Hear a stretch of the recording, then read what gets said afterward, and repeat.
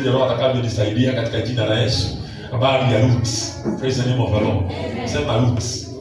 Ama mizizi. Praise the name of Jesus. Hallelujah.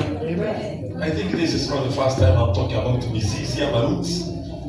Lakini kuna wale ambao nasikia injili mara ya kwanza, lakini niko na imani ya kwamba Mungu atatufundisha kitu katika neno lake. Somebody say amen. Amen. Habari ya nini? Ya mizizi. Praise the name of the Lord. Deuteronomy chapter 29 verses 18. Kumbukumbu la Torati ama kumbukumbu la sheria chapter 29. Nataka tumalizie mapema ili tuweze kupata nafasi ya watu kukula maakuli ya asubuhi ya saa 7. Watu wale alafu tuende nje tukiwa na energy. Somebody say amen. Ya kuhubiri injili. Amen. So I'll not take your time. I'll not take your time. Na wakati tu ambao wakati watu wanakuja kanisani mnasemezana. Praise the name of the Lord. Si ati wakati unasema na wakati tu kusemezana, kutulia na kuongea na watoto wako. Somebody say amen. Niongee tu habari ya mizizi. Deuteronomy chapter 29. Deuteronomy chapter 29 verses 18. Nataka kufungua kwa Kiswahili maana yake nataka nichanganye hizo lugha zote mbili ambavyo Roho wa Bwana atakavyonisaidia katika jina la Yesu Kristo.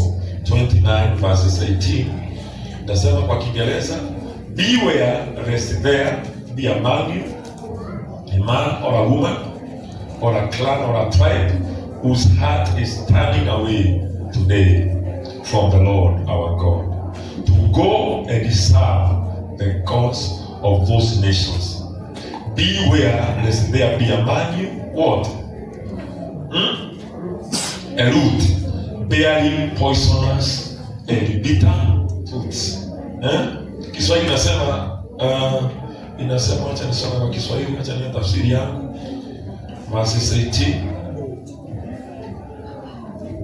29 verses 18. Asiwe mtu katikati yenu, mume wala mke wala jamaa wala kabila, ageukae moyo wake leo amwache Bwana Mungu wetu kwenda kuitumikia miungu ya mataifa hayo. Lisiwe, praise the name of the Lord. Amen. Lisiwe katikati yenu shina lizaaro uchungu na pakanga. Praise the name of the Lord. Amen. Wakati Mungu alikuwa ananipatia hii message leo, the Lord was telling me kwamba there are some of us in this altar ambao wamekuwa na bitterness na Mungu. Praise the Lord. Amen. There are some of us in our midst who have been bitter with God. Bitterness inazaliwa namna gani? Shina la uchungu ama mzizi wa uchungu unapatikana namna gani? Praise the name of the Lord. It is when tunaanza kuruhusu vitu zingine zile ndizo zimechukua kibao mbele katika maisha yetu. Bwana Yesu asifiwe sana. Sana sana wakati watu wanamngojea Mungu na wanamtafuta Bwana na inakaa it's like he is not answering their prayers, Shetani hutumia weapon ya discouragement. Praise the name of the Lord. Na ukikosa kuchunga discouragement ikuja, unaanza kudhoofika katika mambo ya imani. Alafu unashikwa na ile hali ya kujihukumu uko ndani. Alafu unaona kana kwamba you are not perfect ama kuna makosa umefanya. Somebody say amen. Wengi wetu wamekuwa taken over by that, na ndipo Shetani anaingia mpaka anaingiza watu katika anga, katika bitterness, then ina grow, inaanza kuwa depression. Praise the name of the Lord. Maana kuna mambo ulikuwa unatarajia na haikuji na ile speed ulikuwa umeweka. So shida la uchungu linaanza kuzaliwa ndani ya watu. Most of the believers are bitter with God. They are bitter with the pastors. They are bitter with God. They are bitter even with themselves. Praise the name of the Lord. Amen. They are angry with the Lord because ni kama yale mambo ameambiwa haitimii. Na unajua mtu akiona pastor anamhubiria na ile mambo anaongea ni kama haitimii upesi pia amekusudia, unaanza kufifia katika imani. Imani yako inaanza kuondoka kwa Mungu na unaanza kuwa na roho ya madharau na kulikejeli neno la Mungu. Bwana Yesu asifiwe sana. And out of this, many of the people have left the church. Na hata wale ambao kanisani bado wako na uchungu, na Shetani ametumia hiyo kama tanzi to frustrate the destiny of people. It is my prayer, brothers and sisters, today, ya kwamba leo ule mzizi wa uchungu tunaenda kuukata katika jina la Yesu. I plead with you, my brothers and my sisters, don't be angry with God. Don't be bitter with God. Ni vipawa ngapi leo zilikuwa zinafanya kazi kanisani, lakini kwa sababu watu waligeuka wakawa na machungu na Mungu, zinatumikia kule duniani. How many people are good singers in the altar of the Lord, but today they are serving foreign spirits. They are serving foreign gods. Praise the name of the Lord. Ni watu wangapi walikuwa wahubiri leo but they are drunkards? Ni watu wangapi walikuwa wandani wanapenda Mungu katika madhabahu, lakini leo wamegeukia miungu mingine? Praise the name of the Lord. Wamepoteza imani na Mungu, wamepoteza neema ambao walikuwa nayo. They have turned to foreign gods. Others are serving in the church, but deep in their heart they are bitter with God. Praise the name of the Lord. Bwana akaniambia leo niambie kanisa ya kwamba huo mzizi wa uchungu katika jina la Yesu. Amen. Glory to God. Amen. Na hii kitu imetumika na adui kama tanzi, kama kifungo, kama snare ya kuzuia utukufu wa Mungu kudhihirika ndani ya watu. People are praying and they have not seen the results of their prayer. People are fasting, they have not seen the result of fasting. People have given their sacrifices, their monies, their strength, their career, their gifts, their calling. It's like they are seeing things are not happening. Na kwa sababu ya hiyo, shetani ameinua diviners na wapinga Kristo ambao tunaita anti-Christ. Wamekamata roho za watu wengi. They are in the church and they are tired with God.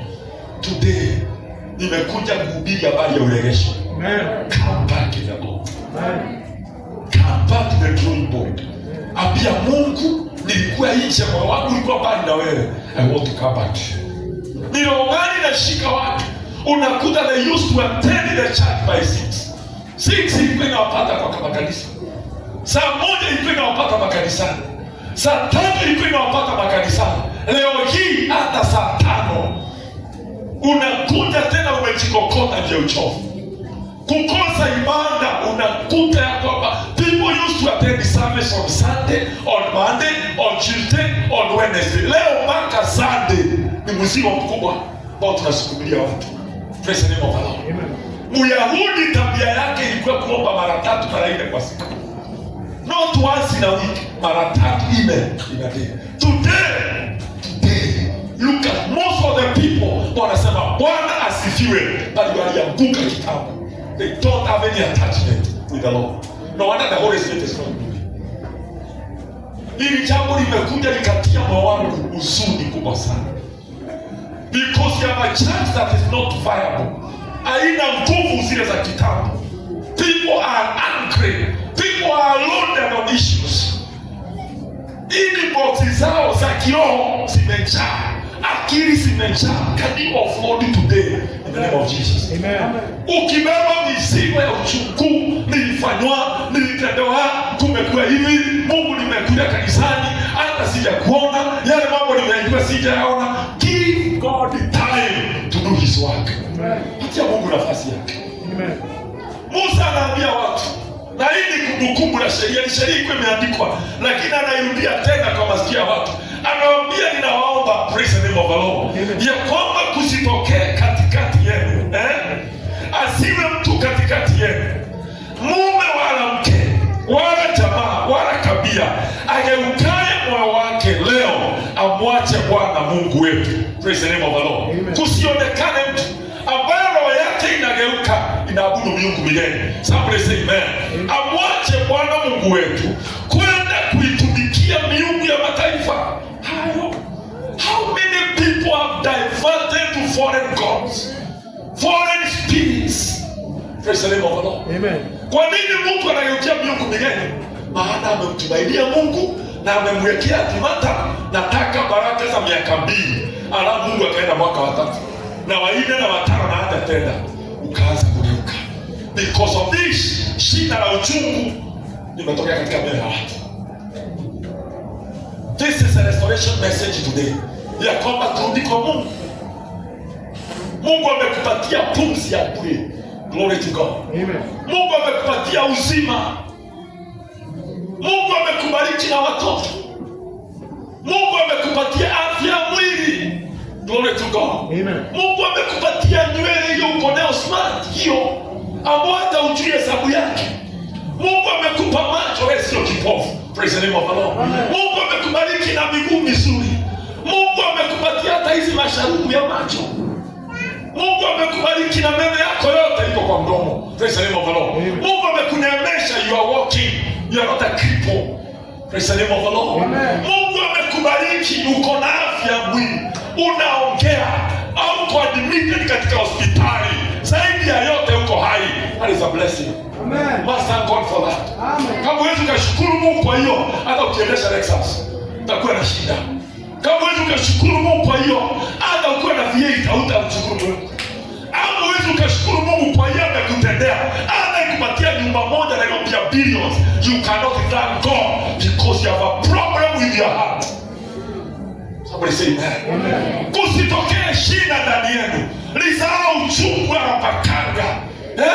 Kwa nini watu wako na shida na uchungu ndani yao? They are not counting the blessings that God has given unto them, but they are counting what God has not given. Count what God has given you today. Amen. Somebody say amen. Amen. Wewe ni mzazi, kuna mtu analia leo apate mtoto na hana tumaini, ameingia menopause, hakuna tumaini. Somebody say amen. Hallelujah. Wengine wametolewa nyungu ya uzazi. They cannot deliver and they are not children. Somebody say amen. Wengine wana miguu na sio moja, yote hawana. Wengine wana mikono. Praise the name of the Lord. Wengine niliona another brother amejaa pimples kwa uso. Baka akifanya hivyo anasema pimples over. Look at your face, you're smart, you're good, but you still complain before God. May the Lord destroy the spirit of murmuring in the name of Jesus. Kile kilifanya Israeli ipigwe na Mungu, they murmured. They murmured. They never saw what the Lord had done for them. They only saw what God had not done. Wakati utakapoanza kuona kile ambacho Mungu amekutendea, utakuwa na nguvu ya kumshukuru hata kwa ajili ya kile hauna. Amen. The church has a problem. People are diverted. Ndio Musa anaambia kusitokee mwanamke, mwanaume, kabila, jamaa katikati yenu takayegeukia miungu migeni na kuiabudu. Kusitokee. Na Biblia sema ya kwamba kwa sababu ya hiyo kusionekane shida na root. That there warm mood and bitterness. Kusionekane hiyo shida na uchungu. Ninalaani roho ya uchungu katika jina la Yesu. Uchungu na hasira kwa Mungu ninailaani. Kumkasirikia Mungu ninalaani. Inua mikono ya kusema Bwana nakushukuru because you have blessed me, because you have favored me, because you have revived me. I am healthy, I am strong, I am blessed. Ijapokuwa natembea na miguu, niko na miguu ya kuvaa viatu. Kuna wengine hawana miguu ya kuvaa. Kuna wengine hawana mikono. Kuna wengine hawana vidole. Kuna wengine wameshikwa na magonjwa imewamaliza. But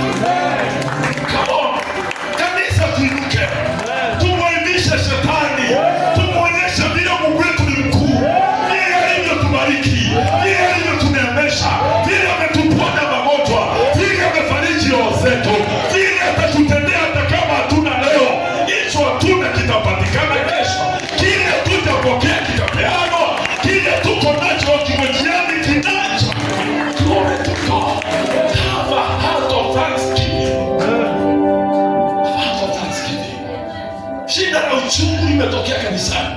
People are uncreative. They are uncreative. Hawatosheki na mishahara hiyo wanapata, na kuna mwingine hata hana ruhusa hiyo wanapata. Kuna mwingine hata kwa chakula lazima yakula, maana amekatazwa zote na daktari. Wewe ukikutana mboga unakula, kipata sukari unafyeka, kipata managu unakamata, kipata na miwa unakula, na bado unalalamika. Kuna shida, kuna sick. And that's why the spirit and the sickness in you, they complain about it. The mama and against Moses, wakapiga kelele, wakaambia ulitutoa huko. Hawakuona hatari ya Farao pia iliyokuwa na ofisi. Waliona tu vile wamekosa mikate jangwani, vile wamekosa chakula jangwani. Na Musa akamwambia huyo Mungu mliyedhihaki, kesho masaa kama haya atawapea chakula na nyama, utakula mpaka utafike. Usifanye Mungu akubariki kwa sababu ya hasira. Bwana asifiwe sana. Mungu anaweza kukubariki aone vile umepiga kelele, akubariki na chakula hapo, akupatia appetite mpaka ukue obese, ukue diabetes. Tunaelewa kanisa la Yesu? Si chakula umeitisha na unanikasirikia juu umekosa leo, nitaimwaga kwako na nikuweke tamaa ya kukula asubuhi, saa 3, saa 5, saa 7, saa 10, saa 11, unaamuka mpaka saa 4 kula. Mpaka unakuwa obese. Alafu unashika na diabetes, unakuwa mapema. That's what the Lord saying, nitamwagia nyama, kesho mtakula mpaka itoke kwa mdomo.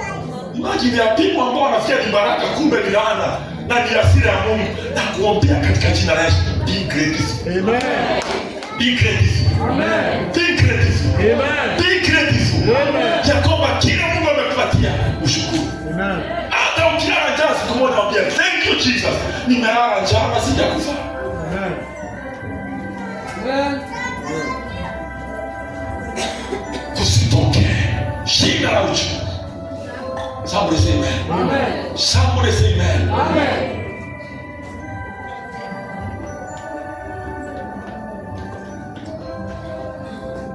Galatians chapter 5. Hii shida la uchungu linazanga hizi maroho. Bwana Yesu asifiwe sana. Shida la mtu ambaye akona shida la uchungu, characteristics zile utamwona nazo ni hizi. Galatians chapter 5. Thank you Lord. Thank you Jesus. Galatians. Galatia mlango wa 5. Mstari wa 19. Can you read for us Mr. Kitele? Galatians 5:19. Basi 19 yes, mpaka 21. Basi matendo ya mwili ni dhahiri. Yes. Ndiyo haya. Yes. Uasherati, uchafu, yes, ufisadi, ibada ya sanamu, uchawi, uadui, ugomvi, wivu, hasira, yes, fitina, faraka, uzushi, yes, suda, yes, ulevi, praise the Lord, ulavi, na mambo yanayofanana na hayo. Yes. Katika hayo nawaambia mapema, kama nilivyokwisha kuwaambia, ya kwamba watu watendao mambo ya jinsi hiyo hawataurithi ufalme wa Mungu. Praise the name of the Lord. Amen. Matendo ya mwili ambapo uzaliwa na shina la uchungu. Somebody say amen. Nilisema atinawaambia dhahiri, now the works of the flesh are obvious. Matendo haya yote ya mwili uzaliwa kwa sababu watu kuna shina la uchungu hawajalikata maishani mwao. Somebody say amen. Number 1 in the list nasema ni bitterness. Utungu. Na uchungu, bitterness. Number 2, anger. Sema anger.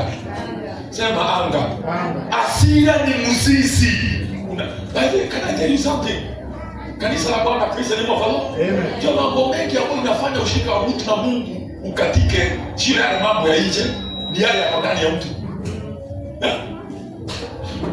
Praise the name of the Lord. Amen. Yale mambo ambayo ina destroy fellowship ya mtu na Mungu, sio yale mambo ya huko nje, ni yale mambo ya ndani ya Mungu. Na shetani anatumianga kile kitu kiko ndani yako. Praise the name of the Lord. Sasa anga sio kitu kinaonekana nje. Hata ukiona nje, source yake ni kule ndani. mtu wa hasira, anger. Praise the name of the Lord. Mtu wa uchungu, bitterness, ya very bitter. Na mtu ambaye ni bitter, hata sura yake haishine. Mtu ambaye ni bitter, hata upatie anything, it cannot be grateful. Praise the name of the Lord. Amen. Bwana Yesu asifiwe sana. Ati anger, hatred, heresies, sema heresies. Heresies ni mafundisho ya uovu, mafundisho mabaya, ndio occult na occult, ndio sectism, hizo divination spirits. Watu wanaenda kwa manabii wa uongo kuangaliwa mambo. Bwana Yesu asifiwe sana. Anakimbisha mambo itendeke upesi, maana ndani yake kuna shida na uchungu. Nataka kuovertake huyu. Wengine hata mpaka maombi ambazo zinafanywa ni maombi za kiuchawi. Praise the name of the Lord. How many people wakes up at saa 9 ama saa 8? Nasikia mtu anakuambia tukutane katika anga. Tukutane katika, na katika hiyo anga watu wanakutana ni kuraruliwa. Unararuliwa mtu unakuwa piga mshale. Die in the name of Jesus. Ni mwokofu. Wa Kristo wa church. Somebody say amen. Amen.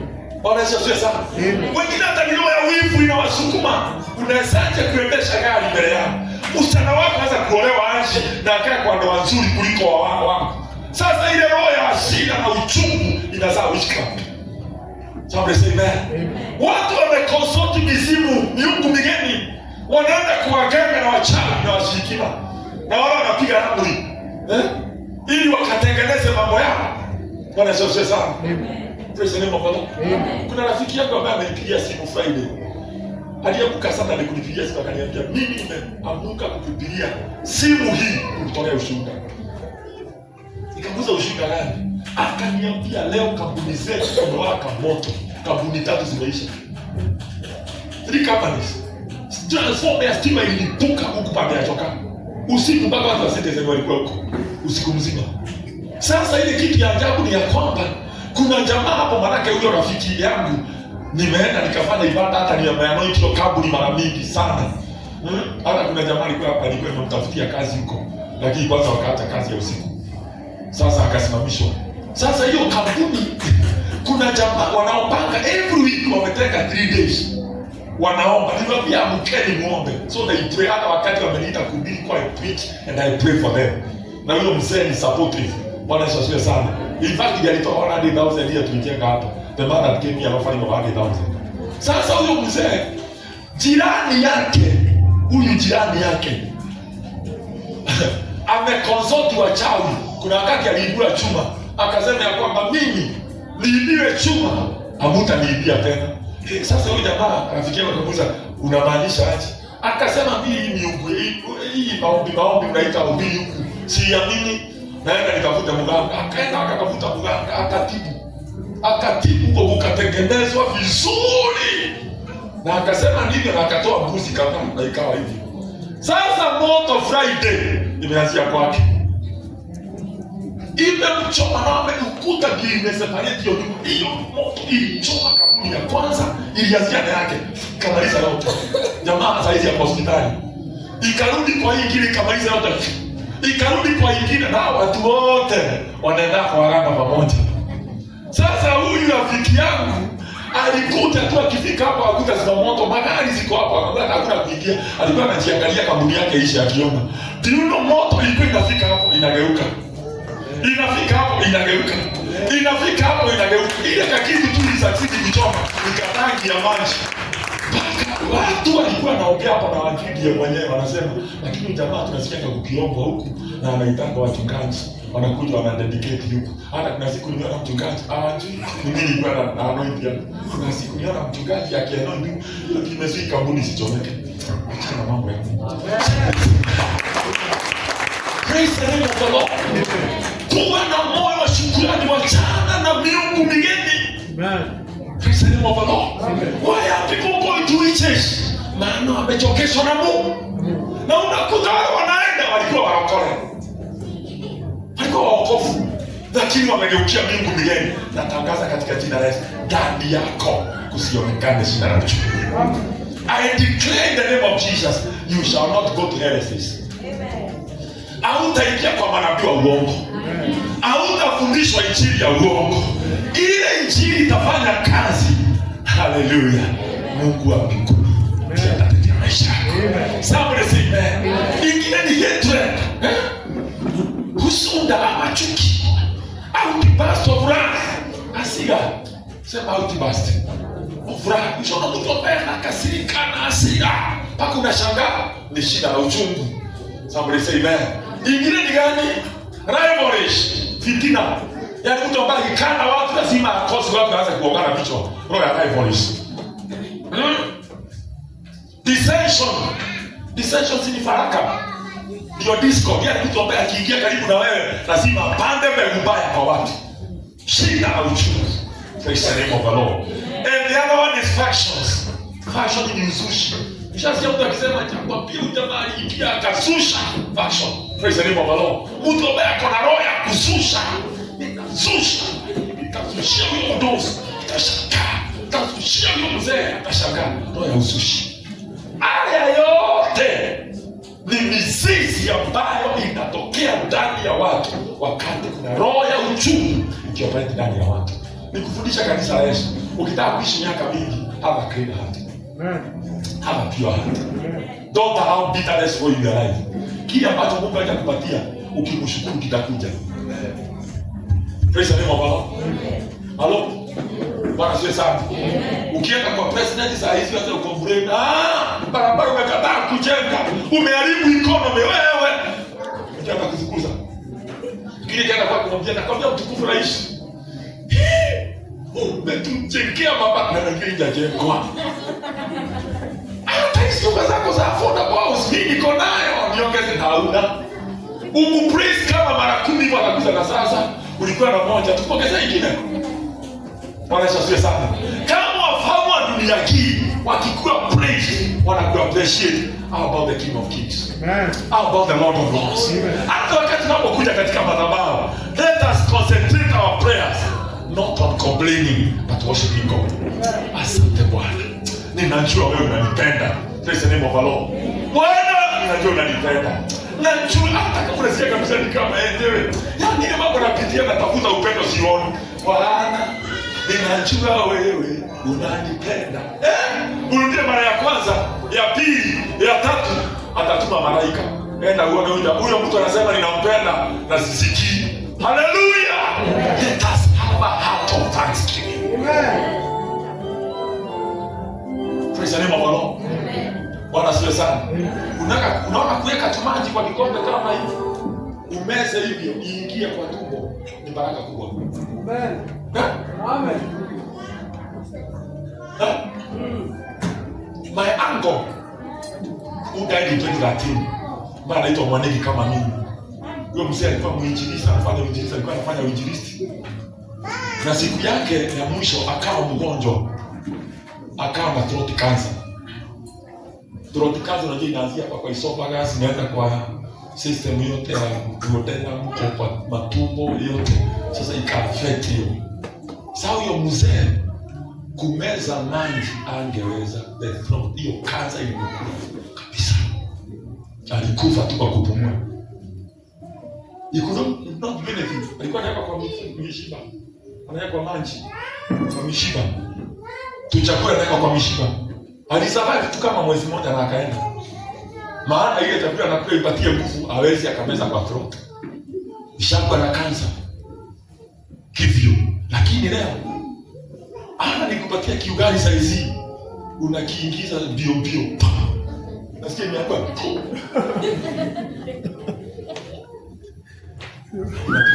Unajua Mungu zile shida niko nazo. Sasa shida nitoke. Ukimtu kwa kazi ya throat akisikia una shida na ukipoa ugali unaipiga na ikamonja ushamalizia hiyo sahani. Juu ya vile maso zako za huku ziko powerful. Unasema utabarikiwa wewe. Praise the name of the Lord. Amen. You are highly blessed. Amen. You are highly favored. Amen. You are going far. Amen. Somebody say amen. Amen. Have the heart of thanksgiving. Somebody say amen. Amen. Hata kama ushiki kitu shule, shukuru Bwana. Maana mikono yako inafanya Kuna watu ambao wako naenda njeleo hata kusoma hata shule, lakini ya multimillionaires. Maana amepewa akili ya ubunifu na Mungu. Praise the name of God. God has blessed you. Kutoka leo uchungu ukome maisha yako. Amen. Don't be bitter with God. Amen. I say do not be bitter with God. Amen. Now, how can one be delivered? Unaweza kukombolewa aje from that evil root in your life? Hapo ndio mambo hii. Mtu ukombolewa aje? Maana unaweza kuwa na roho na ujui jinsi ya ukombo. Ni kama kuwa na ugonjwa haujajulikana utibiwe. Somebody say amen. Unajua hiyo ugonjwa itakuwa. Ugonjwa ikishajulikana daktari ushapo. Sasa umejua uko na shida ya uchungu ndani yako na mzizi uzao pakanga, kuna vitu ziko ndani yako ziko nzuri. How do you get delivered? There are 3 weapons that God has given unto us for the deliverance against the spirit of bitterness. Somebody say amen. Hallelujah. Tusome John chapter 5 verses 8. First John.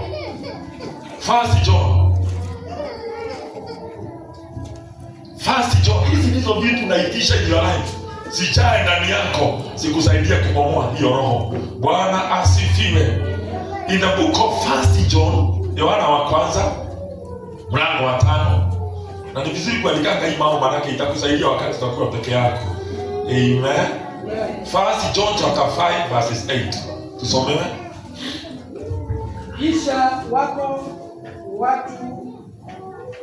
Kisha wako watatu washuhudiao duniani. Roho na maji na damu.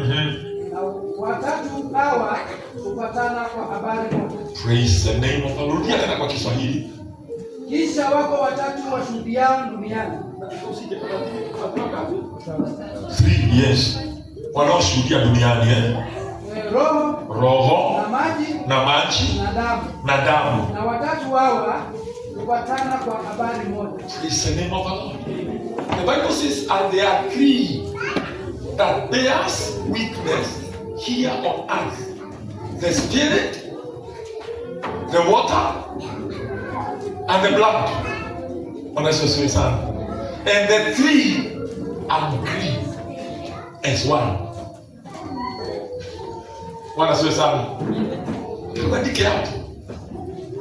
The spirit, the water, and the blood.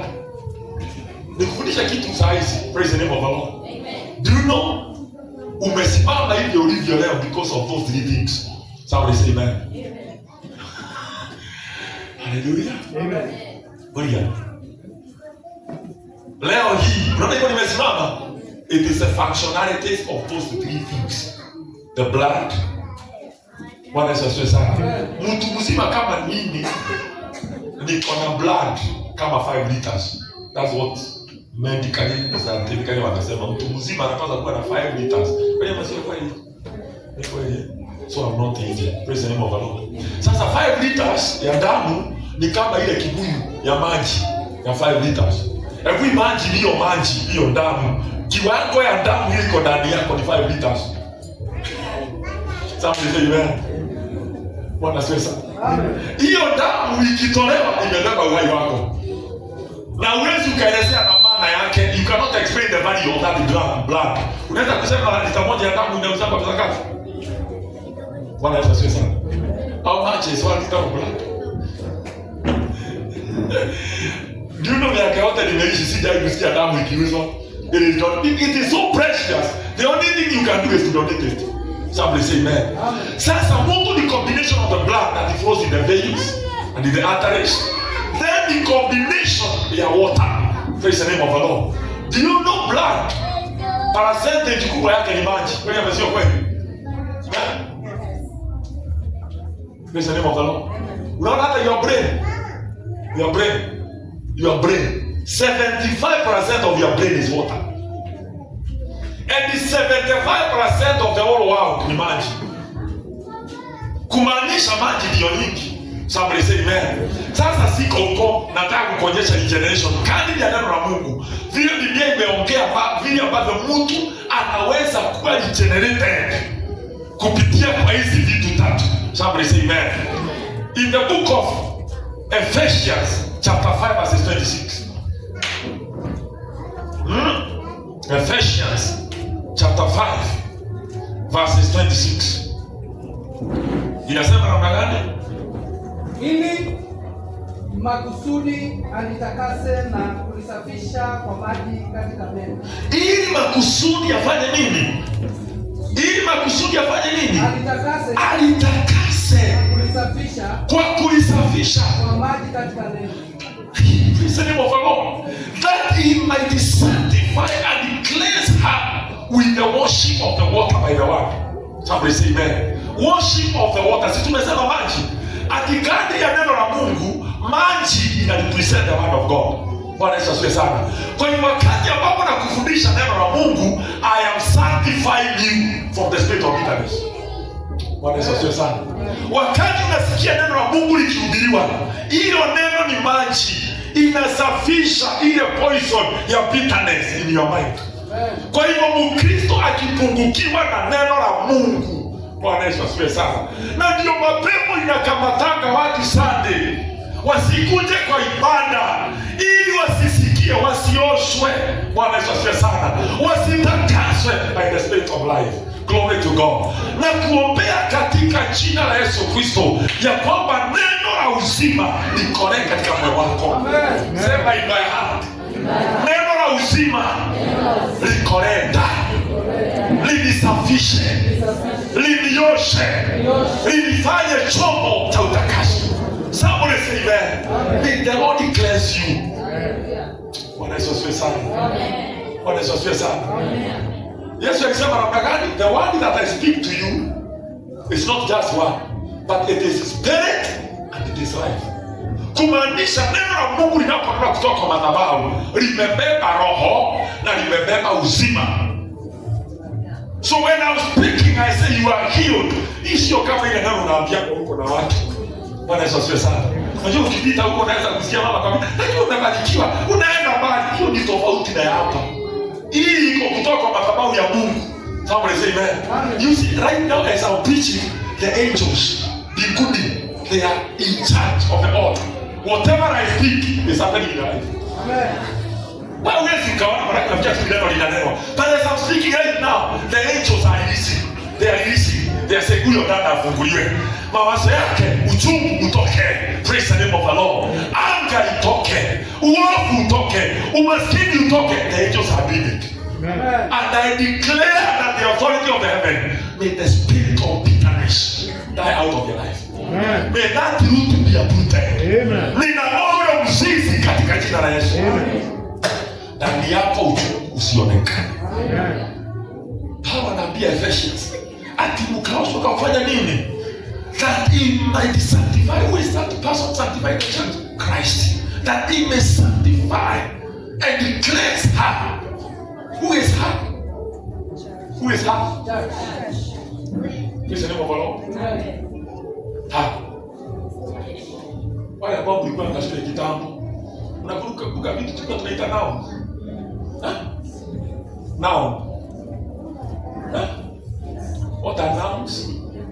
Names of places, cities, persons. Then what are pronouns? Pronouns are names that represent a noun.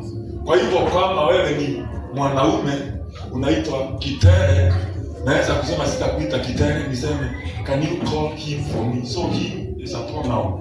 Sasa neno ha katika Biblia ina represent mwanamke. Who is this her? The church. Now who is the church? Mimi na wewe. Tunaelewa kanisa la Yesu. Sasa maandiko yanasema kwamba that he may sanctify her and cleanse her by the water of the word. Yani neno la Mungu ni maji. Glory to God. Amen. Praise the name of the Lord. Hebu imagine leo tunasikia pia kuna kahawa kazuri. Maana kwa watu wote hapa asubuhi mliingia bafu. Praise the name of God. What if kutoka Friday ulienda job, ukasweat, ukalala. Jana tena ukakula, ukashinda ukicheza, ukalala. Alafu asubuhi kaamuka ukakuja hapa. Tukakuwa tunafanya hivi. Kuna watu ambao kiroho Wajaoshwa na neno. Bwana Yesu asifiwe sana. Ndio anataka maneno ya Mungu. So pesa imani. Ndio akiongea maneno ni mchawi. Ndio kuna mtu ambaye atakunenea neno moja peke yake. Sikudanganyi ili kuue mpaka liwe destiny. Kaija pia nimekuomba wewe. Ati walikwambia kwa mgonjwa na saa hizo Kenyatta umeadhibiwa. Na ni mtu amekuja kuona. Tu walikwambia kuko na sikose watu hapo gani?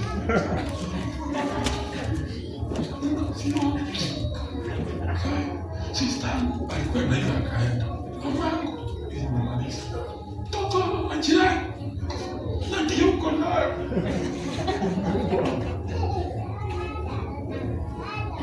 Kitaka kuponya.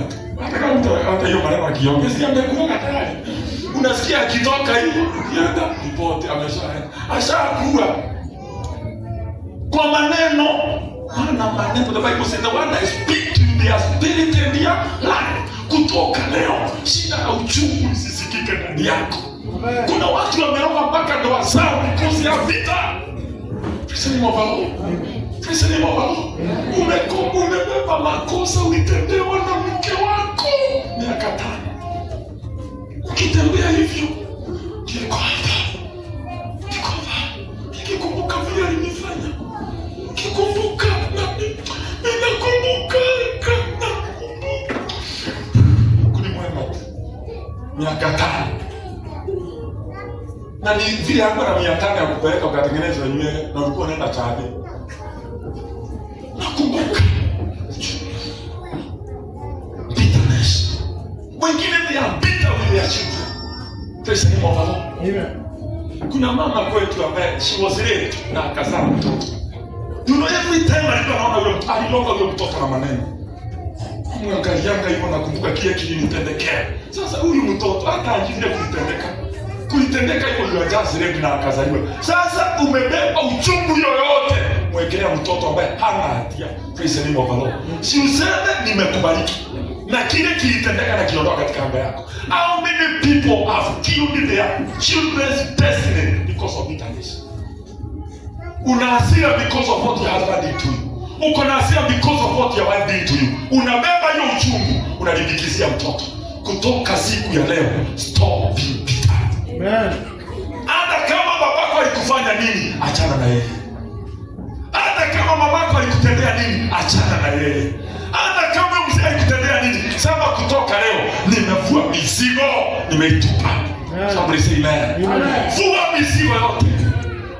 Bwana Yesu asifiwe sana. Amen. Bwana Yesu asifiwe sana. Amen. Mungu alinena naye Musa alichokia. Mungu alinena naye Musa alichokia. Chokia tu. Chokia tu. Chokia tu. Chokia tu. Haleluya. Vua hizo viatu vya masengenyo. Haleluya.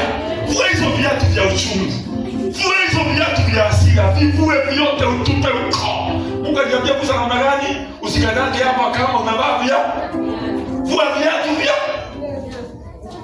Because the place he was standing was a holy ground. How many times tumeenda mahali patakatifu tunapiga magoti mbele za Bwana in the holy place. God, I pray that you remember me. Najua Bwana unanijibu, lakini unapoinua mikono yako inavurutwa chini na viatu ambazo umebeba za masengenyo.